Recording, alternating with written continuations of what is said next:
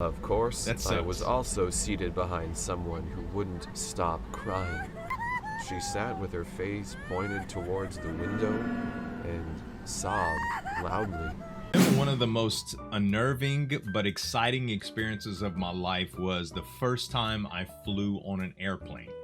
I know a lot of people are just like, flying, really? And there's also a good portion of people that are like, flying? No way. You know, my wife never wanted to fly either, and we've both done it multiple times since. And I still remember the first time clearly because I wanted to make sure to get a window seat because I would have the option to close the window if I did not want to see, but also have the best view if I did want to see. And I ended up keeping the window up the whole time because I really liked the view. I was taking pictures of clouds and stuff with my phone. I was a complete tourist. The person on the side of me must have been like, you know what I mean? And now flying is like, it's no problem. I think the airports are scarier than the actual flights now. And statistically, flying is one of the safest things in the world, the safest ways to travel, you know? I remember coaching my wife through the first time that we flew and getting her ready so that if she had to do it by herself one day, she would know how to do it, because the pain that I went through learning how to go through all of the luggage claim and the ticketing system and the security was quite an ordeal. But at the end of the day, I'm really glad I got to experience flying. And now if I have a choice and it's affordable, I usually just fly anyway. So there was even an old movie called The Twilight Zone that had a scene about something tearing up the engines on an airplane, and people were going crazy. We're gonna react to an airplane horror story today by Dr NoSleep Animations. Make sure to head on over to his channel, click the subscribe button, click the notification bell, and if you like reaction videos like this, make sure to subscribe to this channel as well. Let's get into the animation. Flying is a major part of my job. Yeah? Each week for the past 20 years, I've traveled from city to city on various business meetings. Of course. During that time, I've flown enough to join the Million Mile Club. I love it. Dang. But there are aspects of flying even I can't handle. Okay. Crying babies, limited leg space, people listening to music too loud. The list goes on. There is some people in airplanes that make it so bad. Everybody has pet peeves, right? One of my pet peeves is when people suck their teeth. Now, my wife does this from time to time too. And I'm like, you have to stop that. It drives me crazy. I've sat next to people on airplanes before that have done that incessantly. They, you know, the peanuts will get passed around, or the pretzels or whatever. And then next thing you know, the person on the side of me is like, man, I just want to elbow them in their mouth. Luckily, I've developed the perfect system throughout the years. It includes a neck pillow, a sleeping pill, closed shades, and earbuds. I can't sleep on planes. Unfortunately, during my last flight, the survival kit had gone missing during check-in. Without it, I was doomed to suffer through a long, sleepless flight. With check-in? Of course, I was also seated behind someone who wouldn't stop crying. It wasn't even an infant as I had expected, but a grown woman. She sat with her face pointed towards the window and sobbed loudly. Now, you have to ask yourself, why are the flight attendants not tending to this woman?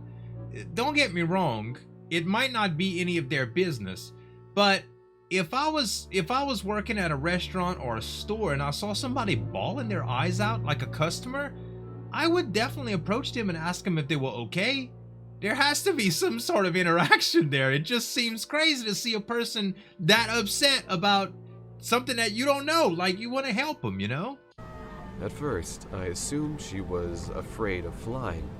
But if that were the case, she surely wouldn't be too transfixed with the outside world. Right. She wouldn't be looking out the window. Being sad crossed my mind as well, but it didn't sound like it. She just seemed broken. Before long, her whining had garnered the attention of the staff. There we go. A stewardess walked over with a concerned look on her face. For sure. Gently tried to start a conversation with her. Ma'am, "Are you all right?" she asked. The woman didn't respond. She just kept staring outside, crying non-stop. Wow. The stewardess gently shook her, yet she didn't seem to react. By then, people were getting worried. Whispers filled the cabin, people asking if she was on drugs or if she'd suffered a mental breakdown. I wasn't as much annoyed as I was worried, but something about the situation seemed oddly eerie. On a plane, yes. On a plane, yes. Like, there's nothing that freaks you out quite like the unknown when you're in a situation that you can't walk away from. Let's just say that you were in a bar or a nightclub or a restaurant or a store, and there was someone next to you that was acting like this. And you saw somebody that worked there or yourself went up to them and tried to see what was going on, and they didn't respond. And it was just a weird situation to be around. You can just walk away. No problem. On a plane, you stuck, babe. You are stuck. Not only that, if there is something sinister at work, then you could be in jeopardy. You know, your life could be in jeopardy. It's so weird. I wonder what's going on. I considered opening my own blinds to see what she was staring at outside. Before I got the chance, I heard another person crying a few rows behind me. I turned around to see a man sobbing loudly. What? He too stared out the window.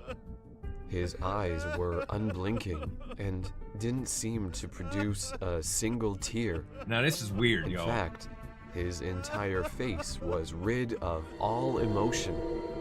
He just sat there, crying without moving his mouth. "Sir?" one of the neighboring passengers asked as they leaned in to help him. No sooner had he peeked outside the same window as the man before his eyes went blank and he started sobbing with him. What the heck is outside? Then a fourth joined in, and a fifth. By the time we realized what was happening, half the plane had broken into an unbreakable rhythm of crying. "It's the windows. Close the damn shades," one of the passengers called close out. them. In a haste, we did as instructed. First, we made sure none of the still sane people got the chance to look outside. Then we proceeded to close the blinds by the crying people. What the Each heck? of us careful not to look outside in the process. As soon as we'd blocked their view of the sky, they instantly fell silent. One by one, their sobs stopped, and the plane fell into uncomfortable silence. But what was I outside? let out a sigh of relief, but the small victory was quickly squashed by a panicked gasp. "They're not breathing," the stewardess called out. Oh no. She was right. Each of the previously sobbing passengers had died in their seats. Without a view of the sky, their bodies had simply shut down. What? In the span of just a few minutes, half the plane had succumbed to an unknown curse. We attempted to resuscitate a few of them, to no avail. In the end, we just sat in silence, all of us in shock at what had just happened. In the meantime, the stewardesses were trying to contact the pilots. They weren't responding, and we all knew what it meant. They saw outside. We lost them. After a few agonizing minutes of doubt, the stewardesses used their emergency code to open the cockpit. On the inside, They were crying. we found the pilots crying unresponsively. We brought blankets inside to quickly cover up the windows and removed the dead pilots. From there, ground control gave us instructions and aided us in landing the plane safely. Wow. It was rough, but we managed to get to the airport alive. Can you Once imagine? there, we were met by a team in hazmat suits. Despite our explanation, they couldn't rule out a possible infection. Virus or something? Yeah. As we expected, even after an overabundance of tests, nothing was found. To this day, I don't know what happened aboard our flight, Me neither. nor do I care to find out what those poor souls saw outside the windows. What I can tell you with absolute certainty is that I'm never setting foot inside a plane again. I guess so. Guys, what the hell could have been outside doing that?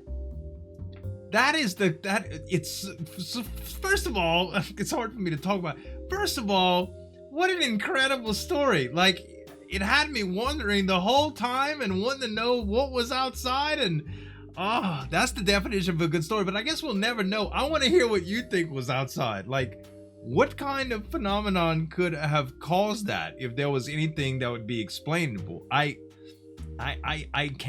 can't imagine what it could be for the life of me. I'm like, I have no idea, but it was a good freaking story. Yo, Dr. NoSleep, check him out right there, and a couple other videos that are reacted to from him right here. Thanks so much for watching. As always, this is Zueljin signing off, and we'll see you next time.